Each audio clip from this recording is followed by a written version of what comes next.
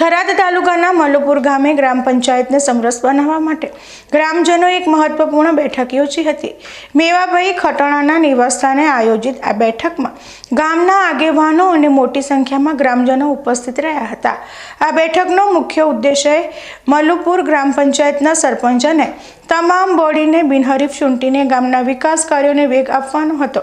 બેઠક દરમિયાન આગેવાનોએ ગ્રામજનોને સમરસ પંચાયતના ફાયદા સમજાવ્યા હતા અને ચૂંટણી ટાળીને સર્વસંમતિથી પંચાયતની રચના કરવામાં અપીલ કરી હતી।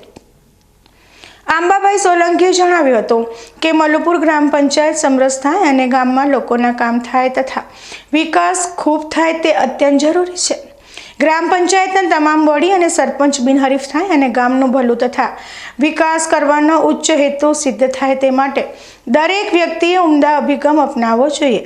કોઈ પણ સંજોગોમાં ચૂંટણી ન થાય અને બધાની સંમતિથી પંચાયત સમરસ થાય તે માટે હું અપીલ કરું છું।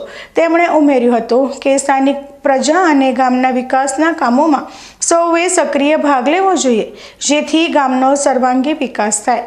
ગામના આગેવાન વસરામભાઈ રબારીએ પણ સમરસ પંચાયત માટે અપીલ કરતા જણાવ્યું હતું કે મલુપુર ગામ એ એકતા અને ભાઈચારાનું પ્રતીક છે અને વર્ષોથી ગામમાં ભાઈચારો જળવાઈ રહ્યો છે। આથી પંચાયત સમરસ થાય તે અત્યંત આવશ્યક છે। આ બેઠક થરાદ તાલુકામાં ઘણી પંચાયતોને સમરસ બનાવવાના ચાલી રહેલા પ્રયાસોનો એક ભાગ છે, જ્યાં ગામના આગેવાનો ગામના સુધારા અને વિકાસ માટે સકારાત્મક અભિગમ અપનાવી રહ્યા છે।